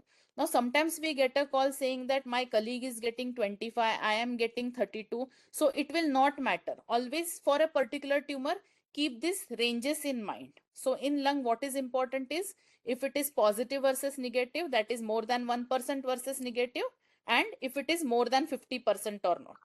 Okay, so don't look at the single digit and check about the variability. So here, what is the TPS? It is almost 100%. So how will you report it? Like 95 to 100% tumor cells show strong staining intensity, membranous staining pattern, using which assay, performed on which platform. So this will be your total final report of the biomarker. Now coming to the esophageal or gastroesophageal junction. So apart from lung, most of the tumor will take into consideration CPS. Okay, combined positive score. So what is combined positive score? PD-L1 positive immune cells and PD-L1 positive tumor cells upon total number of tumor cells. Now again, look at the cutoff. So CPS more than 5 is eligible in this for pembro first line. CPS more than 10 in esophageal squamous, first line enrichment. So see how variable it is, different cutoffs, different scoring in different tumors, and also the cutoffs vary from first line and second line. So it is very difficult to keep in mind everything. So for everything, keep a broad range in mind, and every time maybe you can check on the internet. If you get very rarely cases for PD-L1, it is always better to know the importance of that assay in that particular tumor type. Now just I have made this table because these are the various tumors for which requests come. So as of now, we know lung, esophageal, gastric tumors, TNBCs, cervix carcinoma, these are the essential role of PDL1. So in TNBC, CPS more than 10 guides the treatment in triple negative breast cancer. In cervix carcinoma, CPS more than 1 is eligible. Now urothelial carcinomas, it is from second line onwards, PDL1 testing is not essential. Only in first line treatment, when patient is ineligible for cisplatin based, only that time it is needed. And then what is the cutoff of CPS? More than 10. So clinical context, tumor type is very important. But broadly keep in mind, in lung we give TPS, in the rest all other tumors we look for CPS. So can I see directly PDL1 IHC without H&E stained slide? So what if I just show you this picture and say assess? Now here it is brown staining. Here we see it is a membranous staining. But is it okay? No. I will always want the histology section. Now look at this histology. These are all the intraalveolar macrophages. And macrophages have very high expression of PDL1. So point is, just don't look at PDL1 IHC. Al cross sometimes, without H&E it's fine, you can make out. But for PDL1, we always need H&E and we have to compare with the morphology. Now take this thing income. This is a lung adenocarcinoma mets to axilla. See, so much brown staining. But if you look at the high power, you will realize all these granular are the immune cells, whereas the tumor is standing out negative. So this TPS is negative. So it is not just about brown or what staining. We have to be vigilant whether what cells it is staining. So to summarize, in tumor cells, so there will be multiple times that I will be repeating, because overall in PDL1, these are few points that we have to just hammer in our brains. So in tumor cells, partial or complete linear membrane staining of any intensity is fine. You will disregard cytoplasmic staining. In immune cells, you will look into lymphocytes, macrophages. You will disregard neutrophils, plasma cells, eosinophils. Okay. You will not look at any necrotic things. Now, whenever you are looking immune cells, keep in mind it should be tumor associated immune cells. Don't look at anything like, for example, if the infiltrate is around the dysplastic cells, around the DCIS or in the necrotic tissue, you will not look at it. Around the benign lobules, you will not assess it. It has to be, immune cells has to be tumor associated immune cells. Now quickly some do's and don'ts. So again, something repeating, minimum of 100 viable tumor cells, scoring avoided in necrotic areas. Any intensity of staining is fine. Scoring is always tumor site dependent. Most of the sites will take into consideration immune cells with tumor cells. But in tumor cells, in lung, you will just look at the membranous staining. Okay. So minimum of 100 viable cells is fine. Presence of tumor associated stroma is very essential. Decalcified tissue and cytology samples are not validated for IC. Tissue has to be fixed in 10% NBF, at least for 6 to 72 hours. Anything with fixation less than 3 hours should not be used for PDL1 assessment. Not on decalcified. So sometimes some labs have this policy that they cut unstained slides and keep. If these are older than 6 months, your PDL1 is not going to work on it. Okay, so with this basic something on assessment, can we start with the cases now? Okay. Chalo. Now, first case, this is a 45-year-old female supraclavicular lymph node biopsy. So is histology essential? Yes or no, Utkarsha? Yes, ma'am. So what will you do when you see a histology? What are the things that you will keep in mind? So for example, this is a lymph node biopsy. So what do you want to see? What is the first thing that you want to see? First, I'll see the native lymphoid tissue. Okay, there is no native lymphoid tissue. What else? Then I'll see if it is a benign parenchyma or if there is any malignancy seen. So what do you think? Here there is malignancy or there is benign? Ma'am, it looks like malignancy. Okay. Then what next? When malignancy is confirmed, what next you want to see? What is it? What is the tumor subtype, right? Yes, ma'am. Okay. Here it looks little adenotype. You see intracellular mucin. And here you see something else? Squamoid. Squamoid. Okay. So there are distinct areas of squamous and adeno, right? Adeno. Yes, ma'am. Okay. But what is most important when you are assessing PDL1 testing? What do you want to know when you are seeing a lymph node metastasis? Whether the primary site of carcinoma. Yes, very good. So this is the most important site. Why? Why?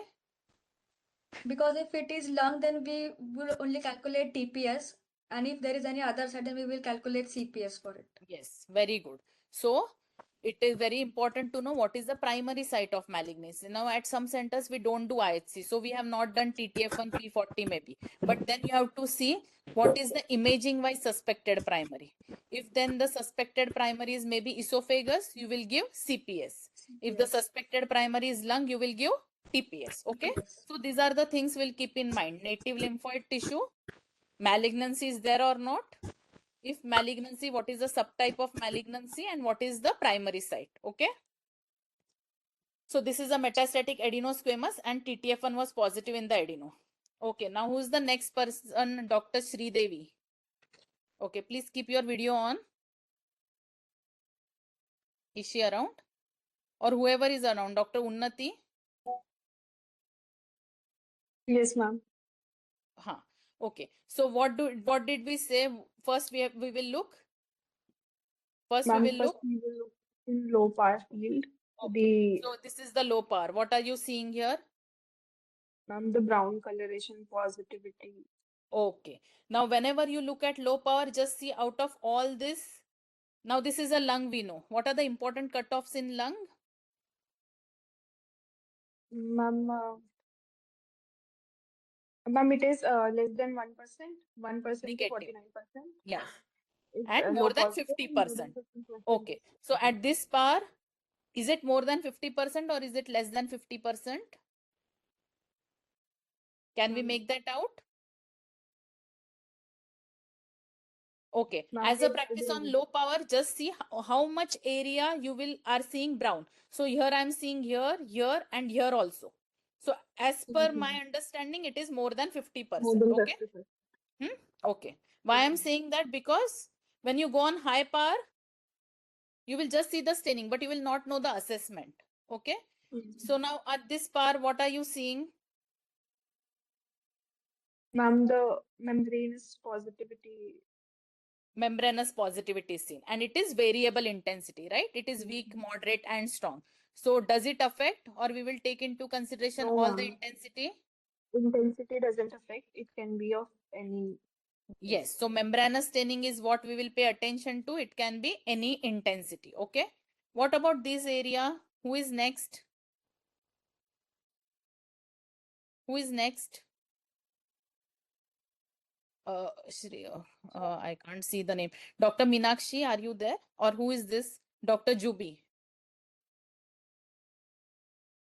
Is this cytoplasmic or this is membranous? You are mute. Dr. Meenakshi, Dr. Talil. Jubi, Dr. Jubi. Okay, who else is there? Ma'am, this is membranous. Just speak, no? Yeah.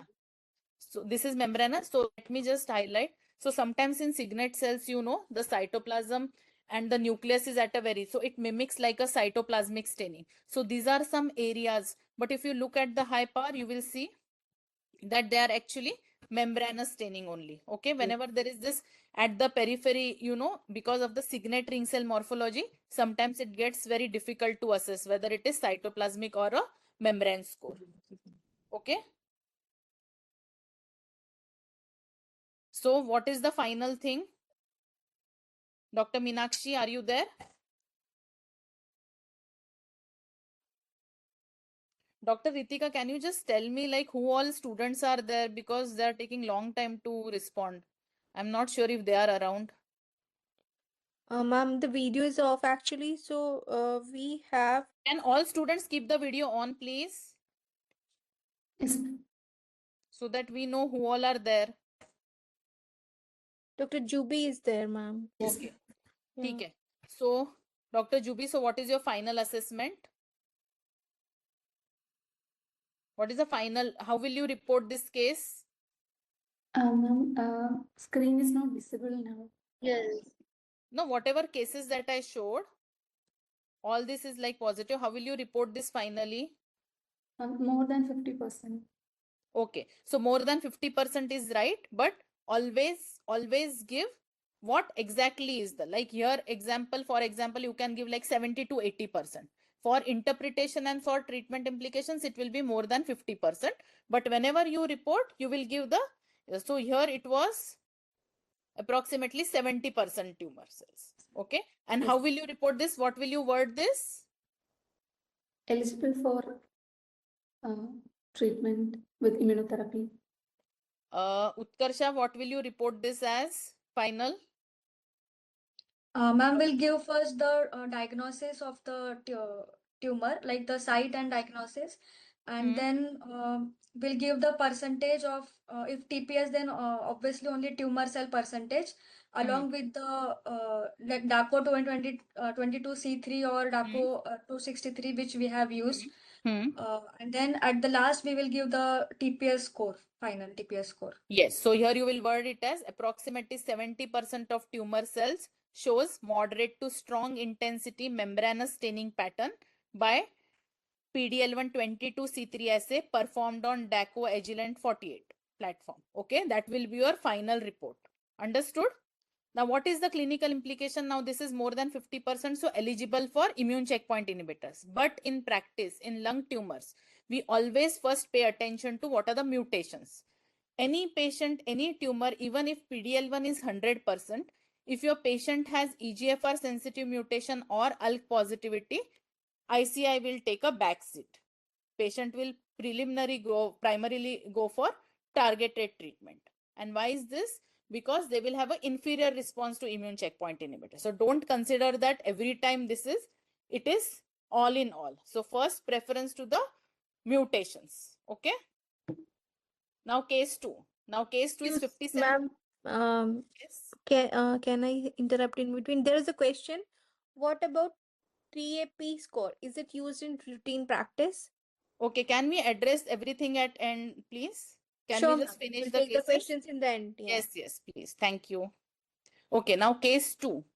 Now case 2 is 57-year-old female with complaints of facial puffiness and neck swelling since 15 days. And imaging wise, there is this mediastinal lymph node mass encasing SVC. Okay, frozen was given as suspect lymphoma and histopathology was suspect carcinoma. Okay, this is the PDL slide. Who else is there? I don't see any video on apart from Jubi. Okay, so let's restrict to these 3 students only. Dr. Unnati, are you there? Yes, ma'am. Okay. So at this part, so are you okay with this history and directly seeing the tumor, this PDL1 slides? Yes, ma'am. You're okay? Who Ma'am, else we is have not to see okay? the history slides. We have to see. Okay, Pathology. very good. So this is, and at this part, do you think it is brown or this is negative? Ma'am, slide. It shows slight Okay. brown on the So not side. very clear. Okay. So, but as you rightly said, we will need a tumor, right? So this is the histopathology. How is the tumor? What is the diagnosis? What do you think? Is it's a high grade or a low grade? High grade. Ma'am, high grade. Yes, very high grade, right? Lot of necrosis, very blue looking cells. And what is this? Very characteristic. What is this? Crushing artifacts. So with this clinical scenario of mediastinal nodal SVC syndrome, what is the diagnosis? What is the diagnosis? Utkarsha? Ma'am, it can be lymphoma. Okay. So can you see the nuclear molding, crushing, extensive, this kind of necrosis we don't see in lymphomas, okay? This is this azopardy phenomenon. This is a small cell carcinoma, okay? Now is PDL1 indicated? So in clinics, they do ask for PDL1, okay? Now let's again come to the PDL1 slides. So again, brown or negative? We see some brown staining here, right? Yes, ma'am. Yeah. Okay. So where is this brown located? In the necrotic areas. And what did we learn? What did we learn? We should not assess anything in the necrotic area. Okay. Now what are these cells? And is there a linear membrane staining or not? Yes. Yes? Yes, ma'am. Yes, ma'am. Okay. So in this area, is it positive or negative? Now here in this case, if you wouldn't have looked at the histology, you would have confused with lymphocytes, right? And this is a lung small cell. So we have to just focus on tumor cells. We will not look at immune cells, but we know the histology. Histology is like a lymphoma, right? So all these are tumor cells. And in tumor cells, there is linear staining. That means it is positive. Okay, right? Now, what about the rest of the areas? We are not seeing any membranous staining. Are we seeing? No, ma'am. Whose voice is coming in between? Okay. Now, again, after different areas, only another focus. So what did I say when I said what do we do when there is a heterogeneous staining pattern?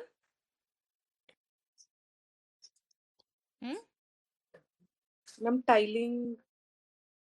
Yes, very good. So for example, if this was like, the slide is not visible. Someone has texted. Is slide not visible? No, ma'am. It is visible, ma'am. Okay, okay. So we will do tiling, right? Now, for example, if this much area, if I see, if all the cells, only this much is positive. So how much? Maybe 1 to 2% in this area? Yes, and rest, many of the areas are showing the negative staining. So what will be your final thing? So if I take into consideration everything, it will be what? Less than 1% tumor cells. Do you all agree? Yes, ma'am. Okay. Yes, ma'am. And what is by cutoff less than 1% tumor cells? It is Negative. negative, right? So the report here will be less than 1% tumor cells with membranous staining with moderate to strong intensity and is negative for PDL1 using SP263 PDL1 assay performed on Ventana Ultra autoimmunostaining. This will be your complete.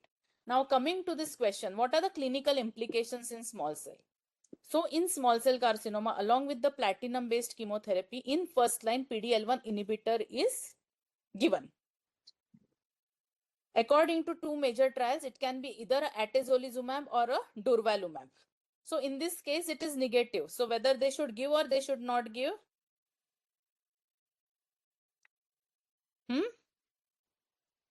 They should not. No, ma'am, not give. Okay, so in small cell, irrespective of PDL1 percentages, this is the first line. Okay, in first line, they will give this platinum etoposide with PDL1 inhibitor. And why is that so? Because in this trial, they didn't select the cases as per the PDL1 positivity and still the tumor showed response.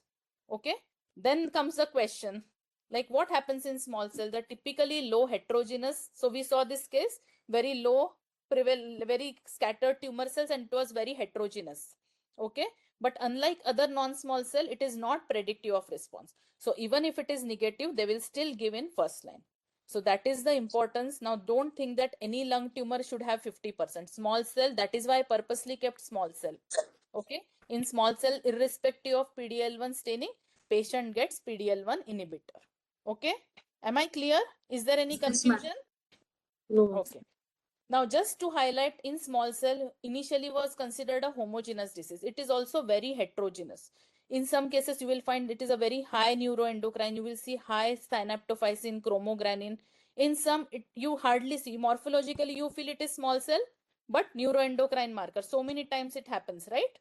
So there are different subtypes. Just to that you should be aware that small cell is also not a homogeneous tumor. It is a very heterogeneous, and there is one YAP1 kind of a small cell which has very high levels of PDL1.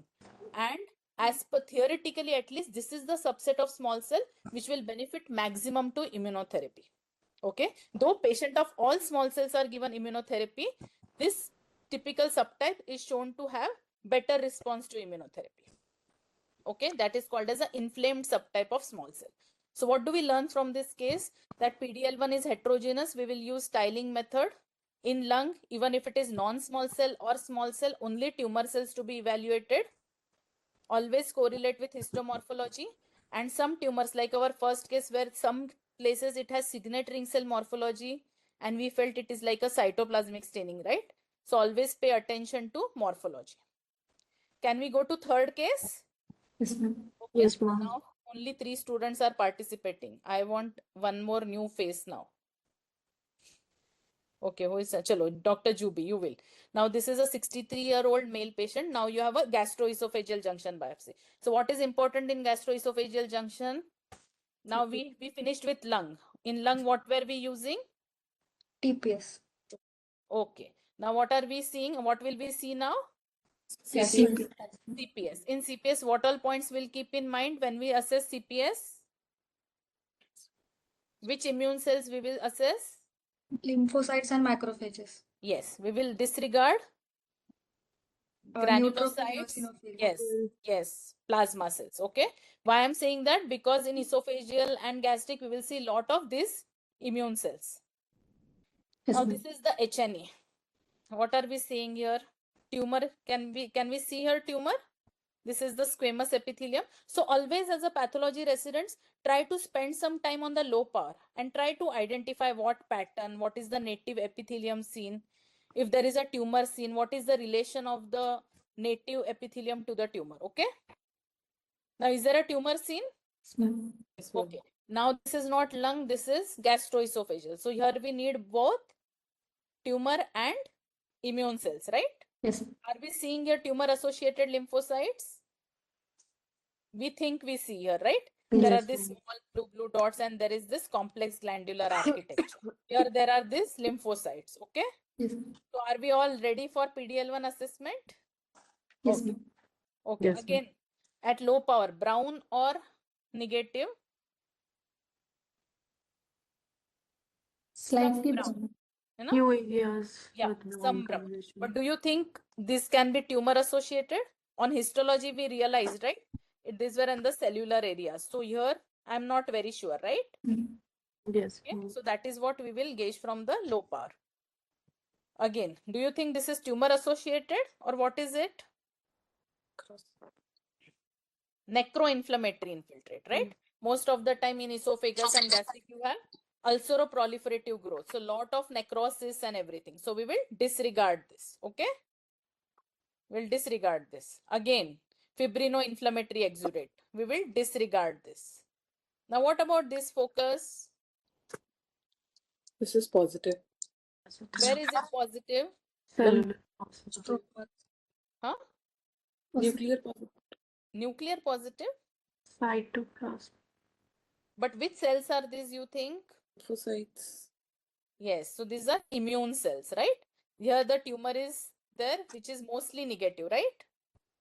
If this was lung, it would be straight away negative. Now what about this? Again, where is this area? This looks like a dysplastic epithelium. So around the dysplasia also you will disregard. Okay? You will just look at the invasive tumor and tumor associated lymphocytes. So here the result of PDL1, so it was around 2 to 3% of the immune cells and tumor cells were negative. Okay, so CPS will be maximum of the immune cells. Okay. Okay, now coming to the last cells. Now Utkarsha, you are around? Yes, ma'am. Okay. So this is again a left supraclavicular lymph node biopsy, metastatic adenocarcinoma. As similar to first case, what is important now? Before you see PDL1, what is the primary site of malignancy? There is a tumor or there is no tumor? Little difficult at this, right? Yes, ma'am. What about this? Yeah, there is tumor. There are tumor cells. There are tumor cells. Okay. Do you think in between this, can we consider this as a tumor associated lymphocytes or this can be a native lymphoid cells? Ma'am, it can be a native lymphoid. No, so it is in between the infiltrative thing with the fibroblastic response. This is mostly a tumor associated, right? But again, this is a lung tumor. So our life is easier, right? When it is lung, we will just focus on tumor TPS. cells. Okay, so that is what I wanted to show here. Now, what is your thing? What percentage of cells you feel? So at low power, brown, and how much area is brown? Just keep that in mind. So what do you think? How much area is this? Ma'am, around 45 to 50%. Okay, now don't look at the entire tissue. Consider, now here it is negative, but do you think there is tumor here? Looks like No. lymphoid follicles, right? Lymphoid. Yes. Yes. So if I consider this in the tumor, I can very well see here there is a cohesive thing, cohesive. So as per my understanding, more than 50% of tumor cells is. Okay, understood? Don't Yes. consider the tissue, look at the percentage of tumor. Now what is this, tumor or immune cell? Tumor, right? Tumor. Okay. Now whether it is cytoplasmic or membranous? Membranous. Very nicely, At nearly some all. Sorry. At some places it looks cytoplasmic, no? Yes. So it, whenever there is high, you will see, you also look at the membranous accentuation. So we disregard cytoplasmic when we don't see any membranous accentuation. Like similar to HER2 staining. Can you see when there is very high HER2 expression, you will see a lot of cytoplasm also and very strong membrane accentuation. So disregard cytoplasmic when it is without membranous. Okay. Yes. So here nearly all the tumor cells, right? Yes. Now what are these cells? What are these cells? This can be your native lymphoid cells, okay?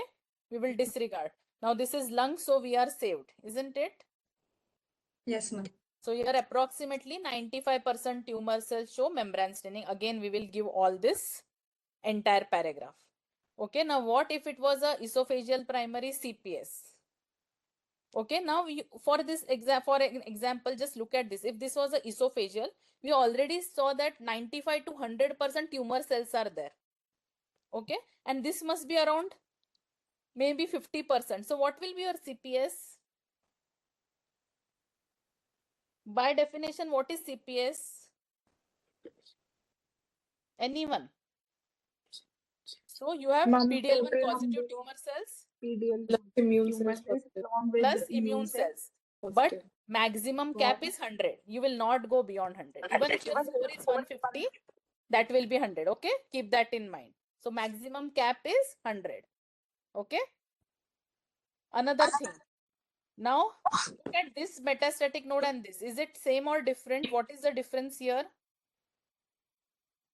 Ma'am, in the first picture, we can see the proper lymphoid tissue around the tumor. In second, we can Yes. see the tumor-associated lymphocyte. Yes, very good. So this is like a native. Now, if this was a metastatic from a esophagus, you will not count staining in this native. Okay, it has to be a tumor associated.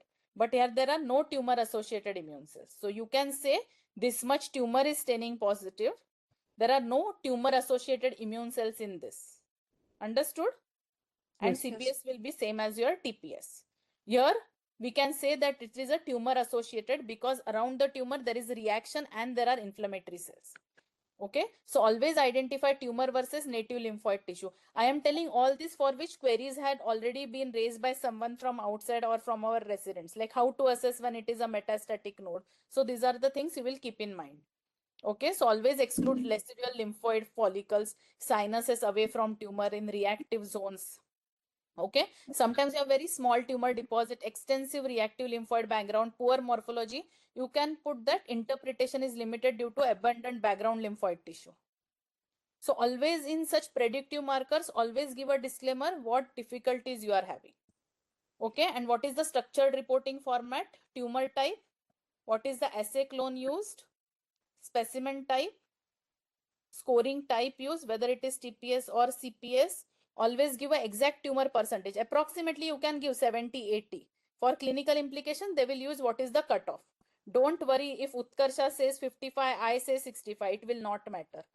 And because it is more than 50% in lung. Okay. There is always lot of variability. interpretation, positive, negative, and then any limitations, any technical limitations, suboptimal fixation, always word in your report so that the test can be repeated in the next specimen. Okay, so take home message, TPS is tumor only, mainly in NSCLC. Most of other solid tumors, CPS, for tumor only membranous staining, for immune cells membranous plus cytoplasmic, and PDL1 is always context dependent, scoring type, platform, and the tumor subtype. Reproducible scoring is very difficult, but normal cutoff keep in mind and acknowledge limitations in every report. Okay, with that I would like to end my talk. Thank you very much. Thank you, ma'am. Thank you, ma'am. Okay, Thank you, now ma'am. you can Thank you, ask Pooja. me question. Yeah.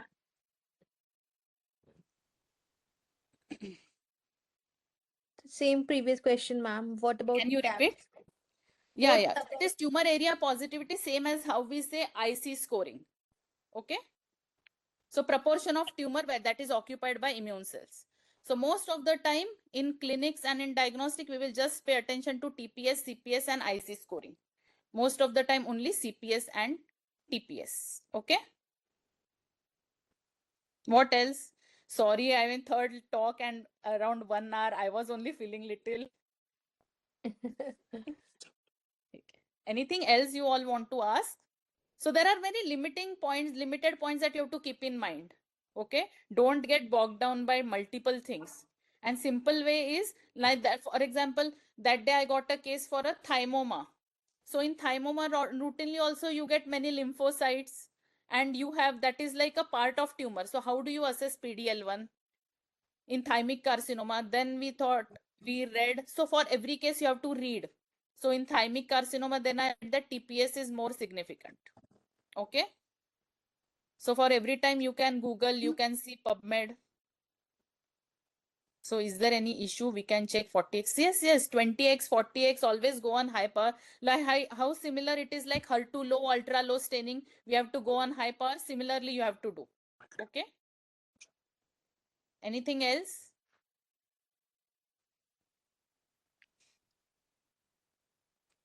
So only 3 students. So Dr. Ritika, next time just make sure they all. Yeah, ma'am. Repeated reminders were sent to turn the video on, to unmute. But Yeah, there is no need to get scared. yeah, One is going to punish you. It will be good. You will only observe when you are answering. it was very nice presentation, ma'am. It was so helpful. Thank you so much. Hope they enjoyed it.